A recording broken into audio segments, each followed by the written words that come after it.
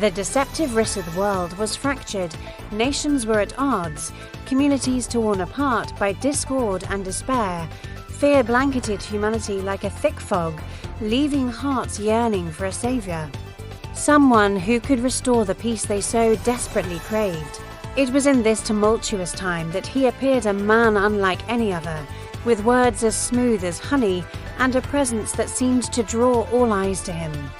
No one knew his origins, yet his arrival felt both sudden and inevitable, as though the world had been waiting for him all along. His speeches were electrifying, laced with promises of unity and hope. "We are one people," he proclaimed, his voice resonating like a bomb to weary souls. "Together, we can overcome the chaos and rebuild a better world." Crowds erupted in applause wherever he went. Captivated by his charisma and the undeniable sense of purpose he exuded, he called for the end of wars, for reconciliation between enemies. He brokered peace treaties that had seemed impossible just weeks before.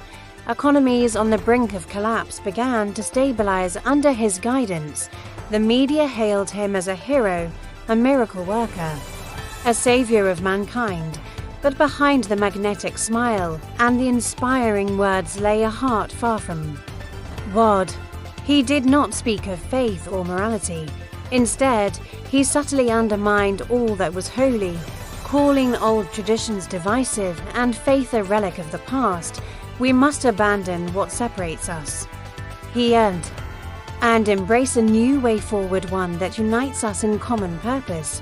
His vision for the future excluded God entirely, replacing divine truth with human ambition. At first, the changes were subtle. Churches began to lose influence, their congregations drawn instead to his massive gatherings. His followers grew fervent, their devotion to him eclipsing their dedication to any higher power. Statues were erected in his honor, his name whispered with reverence. Yet, for those who looked closely, cracks began to show.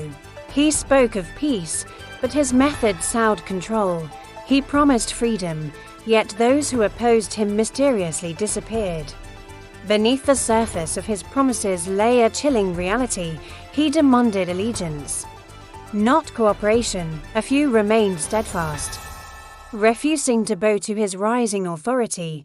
They recognized the danger in his words, the emptiness behind his promises. "Do not be deceived," they warned. "This man stands against all that is holy. He is no savior, but a wolf in sheep's clothing." But their voices were drowned out by the roar of the crowds, the clamor of a world desperate for hope. As his power grew, his true intentions began to emerge. His opposition to God became overt, his disdain for holiness clear. He declared himself the sole source of truth, demanding loyalty that belonged only to the Creator.